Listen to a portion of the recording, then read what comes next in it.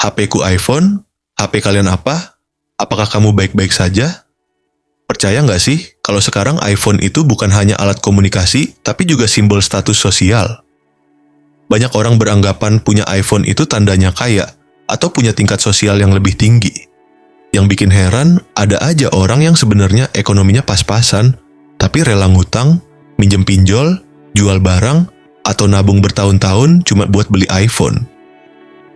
Bahkan ada yang sampai pamer-pamer di media sosial seolah-olah iPhone itu segalanya.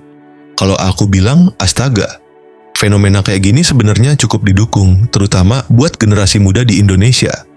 Karena kalau kita lihat lebih jauh, efeknya bukan hanya di dompet, tapi juga di psikologi, pola pikir, dan bahkan perkembangan SDM negara kita. Nah, di video kali ini kita bakal bahas satu topik yang cukup menarik. Kenapa banyak orang yang sebenarnya kurang mampu, tapi kecanduan banget sama iPhone? Langsung aja kita masuk ke pembahasannya. Di media sosial, udah sering banget kita lihat orang-orang yang bangganya pamer iPhone. Bahkan, ada tren di mana orang merasa keren kalau bisa nunjukin HP mereka di kamera. Yang lebih miris, generasi muda, terutama Gen Z, gampang banget membawa tren kayak gini. Mereka lebih fokus pada pencitraan daripada pengembangan diri. Ujung-ujungnya, yang penting viral, bukan yang penting berkualitas. Perbandingan pola pikir kayak gini juga bisa menimbulkan fenomena perbandingan sosial, di mana seseorang merasa harus menjadi seperti orang lain supaya terlihat keren. Ini bukan cuma bikin stres dan insecure, tapi juga memicu budaya konsumtif yang tidak sehat. Salah satu penyebab utama mengapa orang-orang terobsesi sama iPhone adalah FOMO, Fear of Missing Out. Banyak yang takut dianggap ketinggalan zaman kalau tidak punya barang yang lagi tren. Semakin sering kita melihat orang lain pamer iPhone di media sosial, semakin kita merasa kurang kalau belum punya.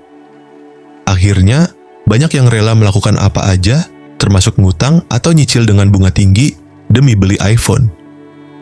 Yang lebih parah lagi, sekarang ada jasa sewa iPhone buat sekadar pamer di media sosial. Jadi, meskipun tidak mampu membeli, tetap bisa melenturkan. Di Ponorogo, misalnya, jasa sewa iPhone laris manis pasca lebaran karena banyak yang pengen tampil wah di depan teman atau keluarga. Kenapa iPhone begitu spesial di Indonesia? Faktanya, Apple memang jago banget dalam membranding produknya. Mereka membuat iPhone bukan sekadar HP, tapi juga gaya hidup. Dengan desain yang eksklusif, iklan yang keren, dan fitur yang dibuat seolah-olah revolusioner, mereka berhasil menciptakan ilusi eksklusivitas. Hasilnya, orang yang punya iPhone merasa naik kelas dan dianggap lebih sukses. Ditambah lagi, banyak selebriti, influencer, dan orang-orang kaya yang memakai iPhone membuat produk ini semakin identik dengan status sosial tinggi. Nggak heran kalau banyak orang rela melakukan apa aja demi punya iPhone, biar dianggap bagian dari kalangan atas. Obsesi berlebihan terhadap iPhone ini bukan sekadar masalah teknologi atau gaya hidup, tapi sudah masuk ke ranah psikologi dan ekonomi. Banyak orang yang sebenarnya tidak mampu, tapi maksa beli iPhone pakai pinjaman online atau cicilan dengan bunga tinggi. Akhirnya, hidup jadi terbebani hutang hanya demi gengsi. Karena budaya pamer, orang jadi merasa harus selalu tampil lebih baik dari orang lain. Hal ini membuat tekanan sosial semakin tinggi dan ujung-ujungnya berdampak pada kesehatan mental. Generasi muda yang terjebak dalam tren konsumtif kayak gini lebih fokus ke pencitraan daripada belajar dan berkembang. Alih-alih berinvestasi untuk masa depan, mereka malah sibuk nyari cara buat bisa melenturkan. Dari semua pembahasan tadi, kita bisa melihat bahwa fenomena obsesif terhadap iPhone ini lebih ke soal standar sosial dan tekanan lingkungan daripada kebutuhan nyata.